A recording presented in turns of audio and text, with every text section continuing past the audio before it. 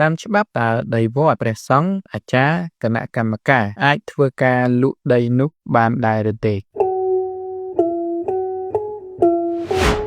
បើយើងមើលទៅតាមច្បាប់ឃុំបាលត្រង់ចំពុកទី3អំពីកម្មសិទ្ធិរបស់សមូហភាពផ្នែកទី1អំពីអចលនវត្ថុរបស់វត្ត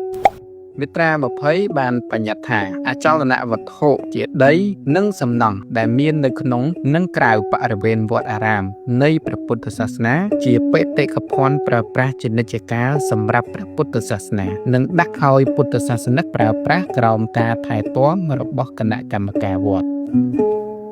មាត្រា21មាត្រានេះបានបញ្ញត្តិថាអចលនវត្ថុរបស់វត្តមិនអាចលក់ឬធ្វើអំណោយហើយគ្មានអាជ្ញាយុកាលកំណត់ឡើយអចលនវត្ថុរបស់វត្តអាចជួលឬប្រវាស់បានតែផលទុនដែលបានមកពីការជួលឬប្រវាស់នេះត្រូវទុកសម្រាប់តែកិច្ចការក្នុងសាសនាប៉ុណ្ណោះកិច្ចការពារទ្រព្យសម្បត្តិទាំងនេះត្រូវធានាដោយតំណាងគណៈកម្មការវត្តនីតិវិធីនៃការជ្រើសរើសគណៈកម្មការវត្តនិងតំណាងដើម្បីផលប្រយោជន៍វត្តត្រូវកំណត់ដោយប្រកាសក្រសួងធម្មការនិងសាសនាអញ្ចឹងបើយើងមើលទៅតាមនិយមន័យដែលមានចែងនៅក្នុងមាត្រា21យើងឃើញថាដីវត្តពុំអាចធ្វើការលក់ដូរបាននោះទេប៉ុន្តែដីវត្តអាចធ្វើការប្រវាស់ឬជួលបានតែប្រាក់ផលទុនដែលបានមកពីការប្រវាស់ការជួលនោះគឺទុកសម្រាប់តែប្រើប្រាស់ក្នុងវិស័យសាសនាតែប៉ុណ្ណោះ